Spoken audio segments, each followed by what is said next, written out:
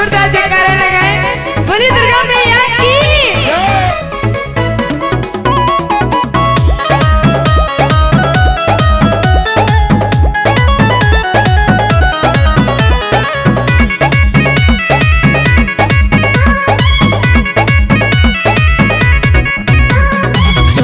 गोइल बहदा सहरा बोलो माई के लागल बा पहरा बोलो पहरा बोलो पहरा बोलो चढ़ी गोइल बहदा सहरा बोलो माई के लागल बा पहरा बोलो कल शादी ओरिया हलादी चुनरिया माई के असो पूजल जाए। पर्ची बना दो नए मोरा धनिया ना तो बजरिया में भूल जाई। पर्ची बना दो नए मोरा धनिया जाके बजरिया में भूल जाई।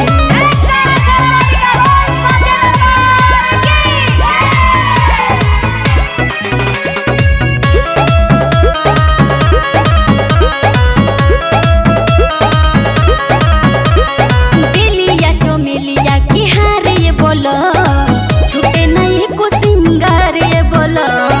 सुनो धनी अपने तो देरिया लगावेलू बेरी बेरी समझावेलू। भूलब न पूछो सुनी समरिया न जाए के फिर से पड़ जाई। पर्ची बना दो नए मोरा धनिया ना तो बजरिया में भूल जाई।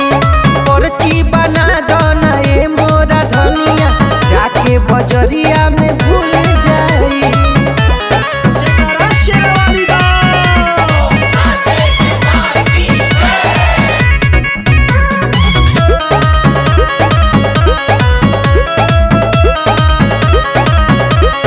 साड़िया पियरिया ना भुलाई बुझी पेही के करब हम पूजाई जी। तो सुनो पूरा कोरे खातिर धनी सपने हो खाली रटले रहेलू तू अपने हो।